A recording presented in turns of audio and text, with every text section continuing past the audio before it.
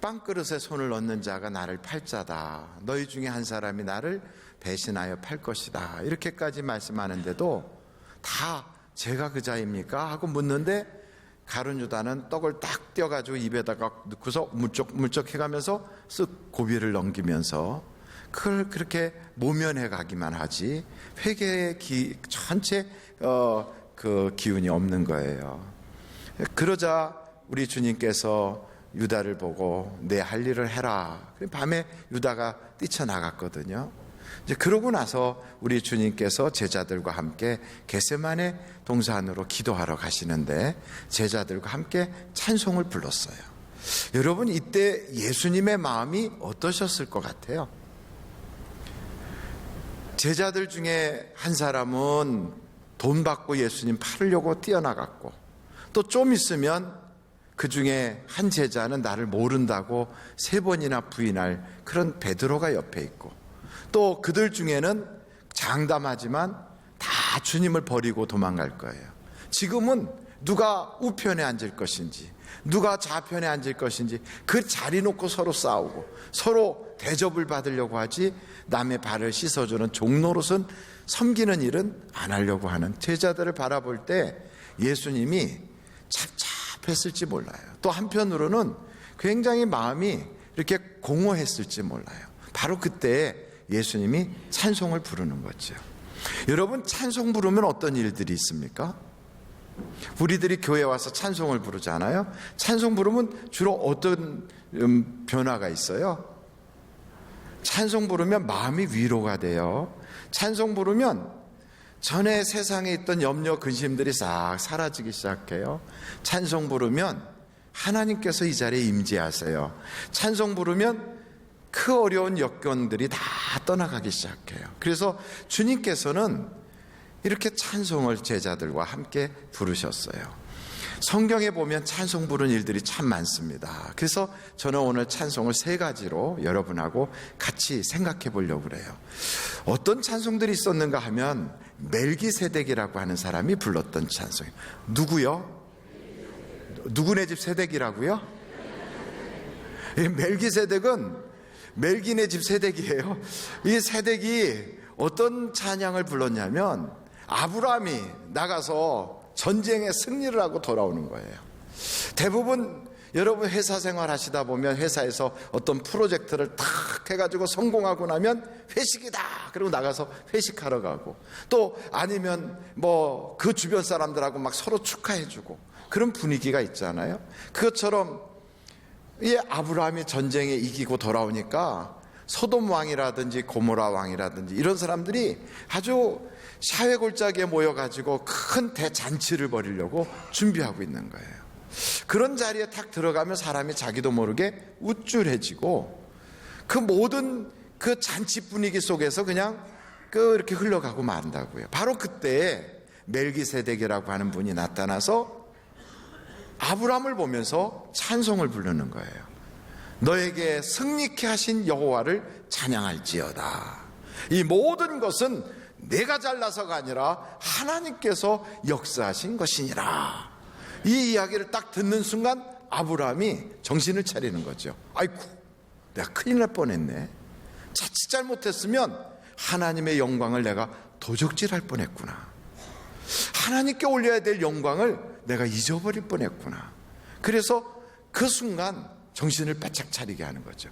여러분, 찬송은 우리로 하여금 세상과 타협해버리거나 하나님의 영광을 내가 쓱 도적질할 수 있는 마음을 싹 없애버려요. 그러면서 온전히 하나님께 영광을 올리게 하거든요.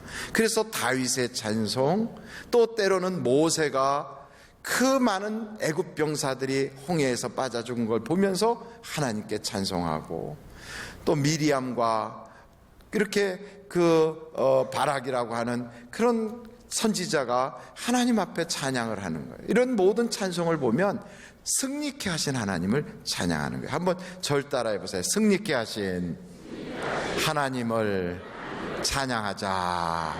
그러니까 여러분, 우리가 인생을 살다가 아이가 잘 됐다, 혹은 내게 무슨 하나님의 은혜를 주셨다, 또 내가 기도했던 일에 하나님께서 그 기도에 응답 주셨다, 그러면 그냥 잊어버리고 지나가지 말고요, 찬송 부르는 거예요.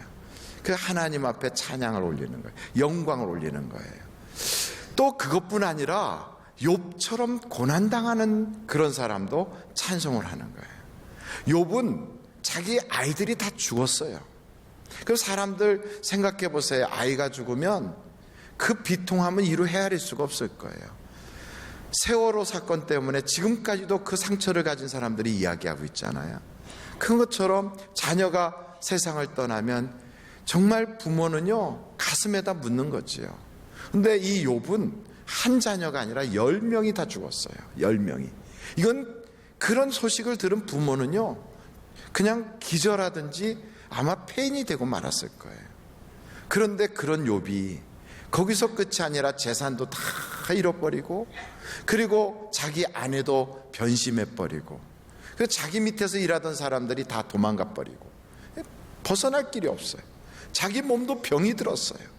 절망이잖아요. 그런 절망 가운데 욥이 무슨 노래가 나오겠어요? 거기서는 기껏해야 정말 세상을 한탄하는 그런 이야기밖에 없을 텐데 욥이 이렇게 노래를 해요. 나는 원래 어머니 뱃속에서 나올 때에 맨몸으로 나왔고 아무것도 가지고 나온 게 없었어. 그러니 이런 어려움 속에서라도 나는 도리어 하나님을 찬송할 거야. 그러면서 하나님께 찬송하거든요. 여러분, 찬송은 우리의 생활을 역전시키는 능력이 있는 거예요. 상황을 벗어나게 해주는 하나님의 놀라운 구원의 밧줄과 같아요. 그래서 욥 같은 사람이 찬송을 부르지요. 성경에 보면 요나같이 풍랑이 일어나서 고기 뱃속에 들어간 사람도 그 뱃속에서 찬송을 부르지요. 하박국같이 아무것도 가진 게 없는 사람, 외양간에 송아지도 없고 우리의 양도 없고 포도나무에 소출이 없고 감람나무에 열매가 없어도 나는 하나님으로 인하여 찬송하리라, 이렇게 가진 게 없어도 찬송을 부르다 보면 하나님께서 그의 삶에 놀라운 기적을 주시는 거예요. 여러분, 찬송은 우리의 모든 그 환경을 확 역전시키는 능력이 있는 걸 믿으시기를 간절히 바랍니다. 찬송은요, 그것뿐 아니에요. 마귀들과의 싸우는 승전가가 되고요, 이거는 마치 전투하러 나가는 그런 군인들한테 막 힘을 불어넣는 그런 능력이 되는 거죠. 저는 어렸을 때 저희 부친 되시는 오자, 관자, 석자 우리 원로 목사님, 오관성 목사님 목회하시는 교회에 저 태성이라고 하는 공주군 정안면 인풍리에 있는 태성 침례교회에서 어린 시절을 이렇게 지냈어요. 근데 그 교회는 성령의 은사가 굉장히 강력했어요. 그러다 보니까 소문이 나서 병든 분들, 귀신 들린 사람들, 그리고 정신 이상이 된 분들, 이런 분들을 막 모시고 와서 치료받으려고 많이 오셨거든요. 그때 원로 목사님은 월요일부터 토요일까지 부흥 집회를 가세요. 요즘은 부흥 집회가 한 3일 혹은 하루 이렇게 간편하게 끝나지만 옛날에는 월, 화, 수, 목, 금, 토요일 날까지 하셨어요. 토요일 날 오세요. 근데 그 기간 동안 정신 이상된 사람, 귀신 들린 사람, 혹은 병자들, 이런 분들이 오셔서 교회에 오시면 교회에 기도 용사가 있어요. 무슨 용사요? 기도 용사가 있어요. 이 기도 용사라고 하는 분들이 청년들이고, 또 혹은 농사 짓다가 이제 저녁 때 모이셔가지고 거기서 교회에서 이렇게 불 때 놓고 앉아갖고 거기서 기도하시는 그런 분들이에요. 교회 성도님들이에요. 근데 그분들이 병든 분 이렇게 모시고, 혹은 귀신 들린 사람, 정신 이상자, 이런 분들 놓고 막 찬송을 불러요. 찬송. 근데 찬송을 막 부르면 저는 어린 때에 그 찬송 부르는데 껴가지고 꼬만데도 거기서 같이 이렇게 무릎 꿇고 찬송 불렀거든요. 근데 이상한 것은 찬송을 부르다 보면 귀신 들린 사람들이 막 귀신이 떠나가요. 너무 놀라운 역사가 나타나는 거예요. 그래서 찬송을 부르면 귀신들이 벌벌벌 떨어요. 그래서 왜 찬송을 부르는데 귀신이 떠는가 하고 생각했더니 하나님은 어디에 계셔요? 찬송 중에 계시는 거예요. 한번 여러분 시편을 찾아보시겠습니까? 시편 한번 딱 열어보세요. 22편 3절.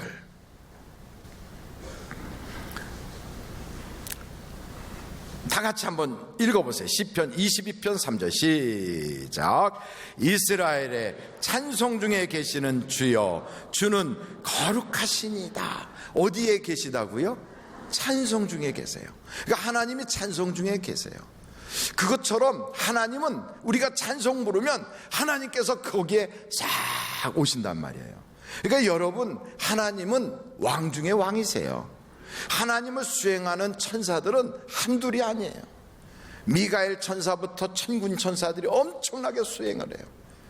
이사야서 6장 1절서부터 보면 이사야가 성전에 들어가서 기도하려고 탁 엎드렸을 때, 그때가 언제냐면 우시야 왕이 죽었을 때였거든요.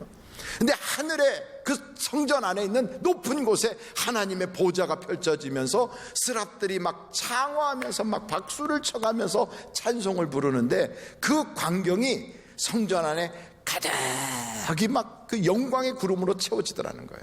여러분, 하나님이 찬송 중에 딱 임하실 때는 그냥 오는 게 아니라 막 천군 천사들이 이렇게 막 찾아오고, 거기에는 미카엘 천사도 오고 엄청난 역사가 나타나는 거예요. 한번 여러분, 우리가 찬송을 딱 할 때 하나님이 거기에 천군 천사를 대동하시고 이렇게 오신다고 생각해 보세요. 그 근처에 있는 귀신, 마귀, 사탄, 쪼무레기들은요 막 벌벌벌 떨다가 오금이절에서 다 도망가 버리는 거예요. 그러니까 하나님께 찬송을 부르며 찬송 중에 거하시는 주님이 임재할 때 마귀는 떠나가는 거예요. 권세가 나타나는 거예요. 그래서 찬송 부르는 사람은 팔자가 확 고쳐지는 걸 믿으시기를 간절히 바라요. 저는 어렸을 때 저희 집에서는 이제 아버님이 부흥 집회를 가셨다가 오시게 되면 이제 그때만 아버님과 함께 식사 자리를 갖게 되거든요. 식사를 다 갈 때 보면 꼭 찬송을 한 곡 부르고 기도하시고 식사를 했어요. 집안에서 찬송이 떠나지 않으니까 어둠의 권세가 떠나가는 거예요. 저는 여러분들이요, 찬송을 부를 때마다 이걸 한번 상상해 보세요. 지금 이 자리에 하나님이 오시는구나. 이 자리에 우리 하나님이 임재하시는구나. 하늘 저 보좌에서부터 여기까지 하나님께서 마치 하나님이 임재하는 그 레일을 쫙 기찻길을 놓고 하늘에서의 그 축복의 열차가 쫙 내 가정에 밀려오는 거예요. 얼마나 멋있습니까? 그 찬송이라는 것은 권세가 있는 거예요. 비텐베르그라고 하는 학교 앞에 성전이 있는데, 거기다가 마틴 루터가 1517년 10월 31일 날 95개의 조항을 써가지고 빵빵빵 해서 망치질을 해갖고 거기다가 딱 붙여놨어요. 그때는 단순했지만 이게 당시 타락했던 천주교를 활깍 뒤집어 놓는 종교개혁의 시작이었거든요. 금년이 500년이 되는 바로 그 해예요. 1517년 시작했던 종교개혁이 이제 500년이 됐어요. 그때 시작했을 때 마틴 루터 앞에는요, 하여간 로마의 교황청부터 시작해서 엄청난 세력들이 그를 잡아삼키려고, 그를 죽이려고 막 몰려왔거든요. 그때 자기는 그냥 조그만 수사일 뿐이고요, 그냥 이름도 없는 그런 사람일 뿐이에요. 얼마나 두렵고 떨렸겠어요. 그때 이 마틴 루터가 다른 방법으로 이길 수가 없어요. 찬송을 부른 거예요. 우리가 찬송을 부르면 그 권세가 다 무너져 버리는 거예요. 그래서 직장에서 어려운 일 당하잖아요. 또 때로는 세상에 살다가 너무 내가 답답하게 그걸 돌파할 힘이 없잖아요. 또 혹은 내 인생이 너무 처량하게 느껴지잖아요. 절망하지 말고 찬송을 부르세요. 찬송은 하나님께서 나와 함께 하시는 놀라운 은혜가 되고요, 그리고 하나님이 주신 축복이에요. 그래서 우리를 어떻게 부르셨냐면, 너는 내가 찬송하라고 만들었어, 이렇게 말씀하고 있거든요. 여러분, 성경 이사야서 43장 21절을 한번 펼쳐보세요.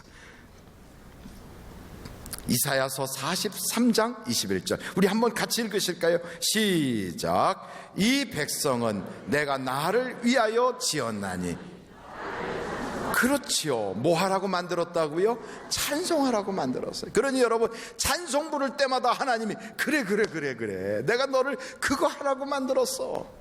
하나님이 얼마나 기뻐하겠어요. 하나님이 만드신 목적대로 사는 삶이 뭐예요? 찬송 부르는 거예요. 내가 비록 세상에 유명한 사람이 아니고, 내가 비록 세상에 많은 걸 가지고 있는 사람은 아니고, 내가 비록 세상에서 지금 잘 나가는 사람이 아니라 할지라도 찬송을 부르면 하나님은 기뻐하세요.